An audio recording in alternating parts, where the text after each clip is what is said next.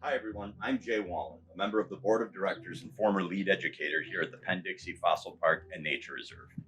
One of the most frequent questions we get asked by visitors here at the site is, how did Penn Dixie go from being a shallow tropical sea south of the equator to being the nation's #1 fossil park? The answer is quite complicated and involves countless geologic and environmental changes.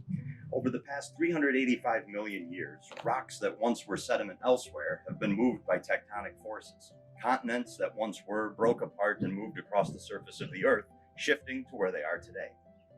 To answer the more simple question of how did the site become a fossil park, we can look to the past 150 years or so and the early efforts of individuals such as New York State's very first state paleontologist, James Hall, and paleontologist and geologist Amadeus Grabeau.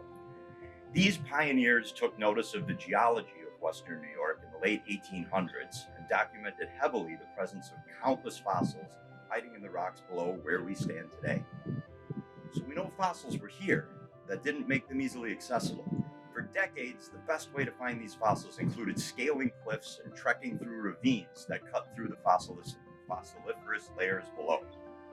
Today, we stand on what, during the 1950s and 60s, was the site of a shale quarry operated by the Penn Dixie Cement Corporation. The company used the upper layers of the shale as an aggregate in their Portland cement mixture, which was used for, among other things, the construction of the New York State Thruway. After years of operation, the quarry was shuttered and was left as a derelict shale pit. Through the 1970s and 1980s, the site became host to countless heaps of garbage, appliances, abandoned cars, and even a few boats.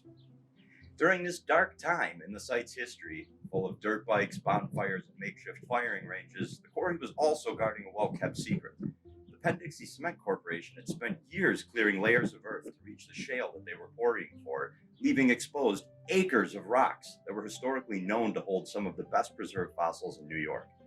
In spite of the myriad hazards that faced visitors to the site at that time, both professional and amateur paleontologists were regulars at the site, taking full advantage of this yet little-known fossil treasure trove. Eventually, in 1990, after years of misuse, it was proposed that the empty site be converted into a waste transfer facility from which industrial materials from the area factories could be loaded onto rail cars for removal. There were many in the neighboring community and in the geological and paleontological fields that hoped for a better, more positive use for the site. So in 1993, a group of community volunteers established the Hamburg Natural History Society with the goal of preserving the site for the future. In 1995, the town of Hamburg purchased the abandoned site from the then private owner with the hopes of working with the Natural History Society to create something positive from the remaining scrap heaps and rubble that made up the site at the time.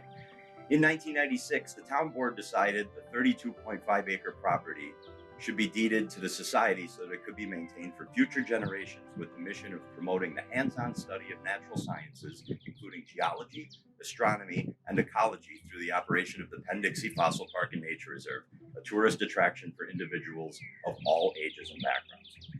After 25 years of cleanups, annual events, and the generous support from our donors and dedicated volunteers, Penn Dixie is continuing to accomplish its mission by sharing the joys of the natural earth and fossils to tens of thousands of visitors from all around the world each year.